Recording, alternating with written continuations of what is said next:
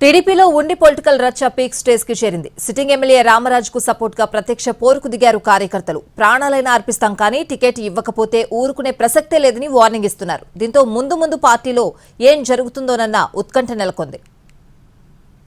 Telugu Desam party కంచుకోట లాంటి ఉండి నియోజకవర్గంలో అభ్యర్థి మార్పు కాక రాజేస్తోంది.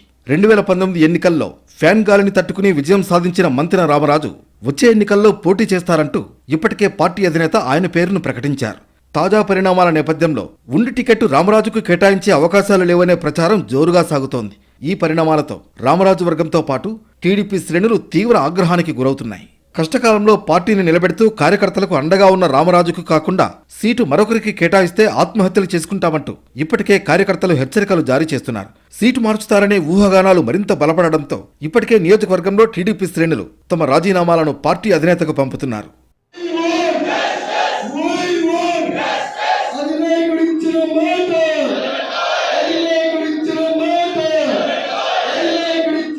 అటు రామరాజు అభిమానులు ఆమరణ నిరాహార దీక్షకు సైతం దిగుతున్నారు. మరోపక్క 2009 నుంచి 2019 వరకు టీడీపీ తరఫున ఎమ్మెల్యేగా పనిచేసిన కలవపూడి శివ ఇప్పటికే ఇండిపెండెంట్ గా బరిలోకి దిగుతున్నారు. తాజాగా సిట్టింగ్ ఎమ్మెల్యే రామరాజుకు సైతం అధిష్టానం సీటు నిరాకరిస్తూ ఉండడంతో ఆ పార్టీని నమ్ముకుని కొనసాగే ఆలోచన విరమించుకుంటున్నారు టీడీపీ నాయకులు.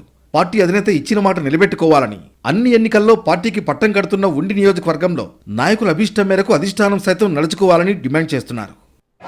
అధినాయకుడిచ్చిన మాట తప్పితే ప్రాణత్యాగాలకు సిద్ధం.